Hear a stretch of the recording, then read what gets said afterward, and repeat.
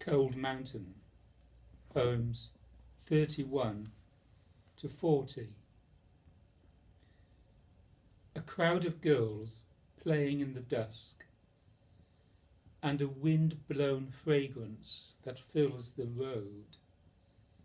Golden butterflies are sewn to the hems of their skirts. Their chignons are pinned with mandarin ducks of jade. Their maids wear cloaks of sheer crimson silk, purple brocade for the eunuchs who attend them. Will they give a glance to one who's lost the way, with hair turned white and restless heart?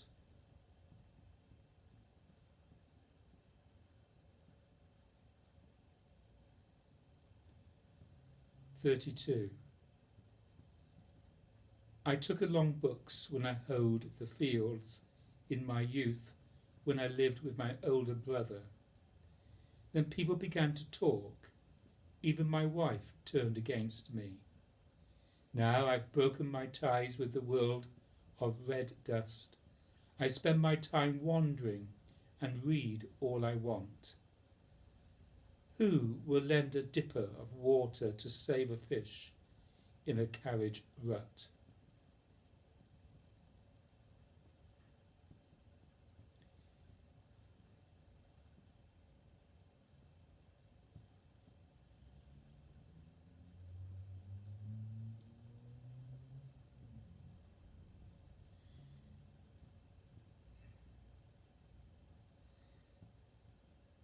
The fish is an allusion to the perch, stranded in a carriage rut in the road, who asked the philosopher Zhuangzi for a dipper full of water so that he could go on living.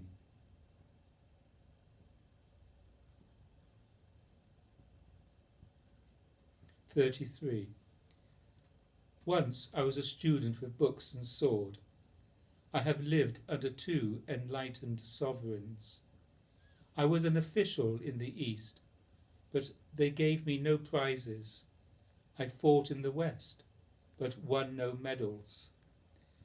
I studied the arts of peace and the arts of war, the arts of war and the arts of peace. Now I'm an old man.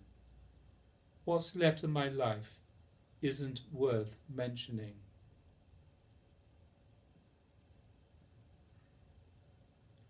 (34) The rich man feasted in his high hall, bright torches shining everywhere, when a man too poor to own a lamp crept to the side to share in the glow. Who would think they would drive him away, back again to his place in the dark? Will one more person detract from your light?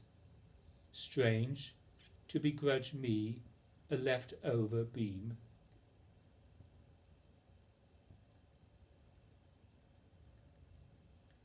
(35) I think a lot about the days of my youth when I went hunting in the broad uplands. I had no wish for government jobs. You couldn't have tempted me with the life of the gods. Galloping like the wind on my white horse, I shouted at the hares and loosed my hawks on them. But before I knew it, things went to pieces. Now, who would bother with an old man?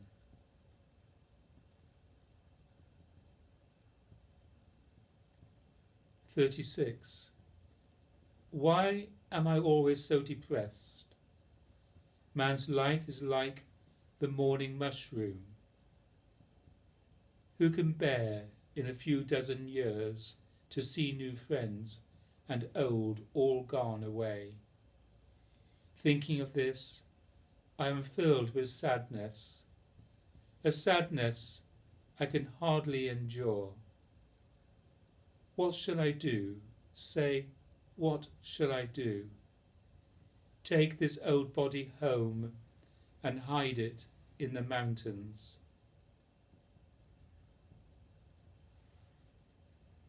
The little mushroom that springs up in the morning and shrivels away before nightfall.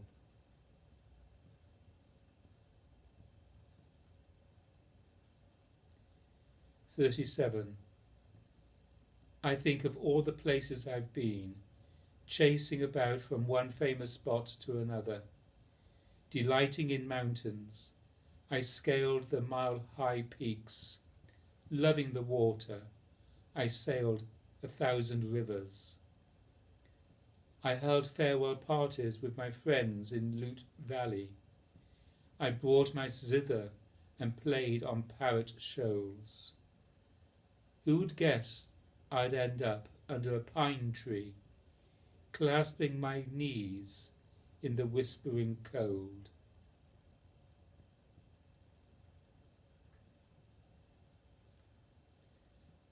"38.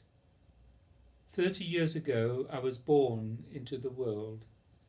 1,000, 10,000 miles I've roamed, by rivers where the green grass lies thick, beyond the border where the red sands fly. I brewed potions in a vain search for life everlasting. I read books, I sang songs of history, and today I've come home to Cold Mountain, to pillow my head on the stream and wash my ears."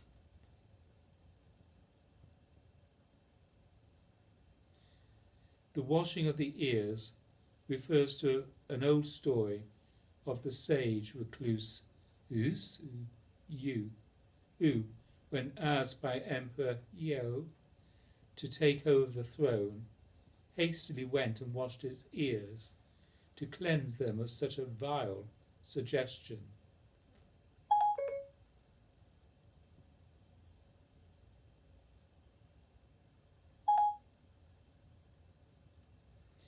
"39.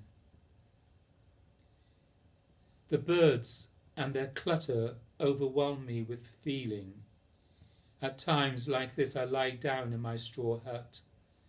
Cherries shine with crimson fire, willows trail slender boughs. The morning sun pops from the jaws of blue peaks. Bright clouds are washed in the green pond. Who ever thought I would leave the dusty world and come bounding up the southern slope of Cold Mountain?"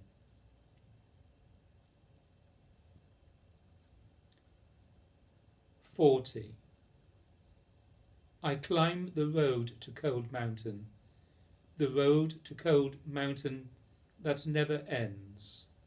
The valleys are long and strewn with stones, the streams broad and banked with thick grass.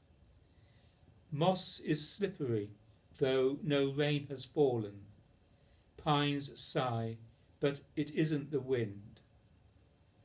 Who can break from the snares of the world and sit with me among the white clouds?"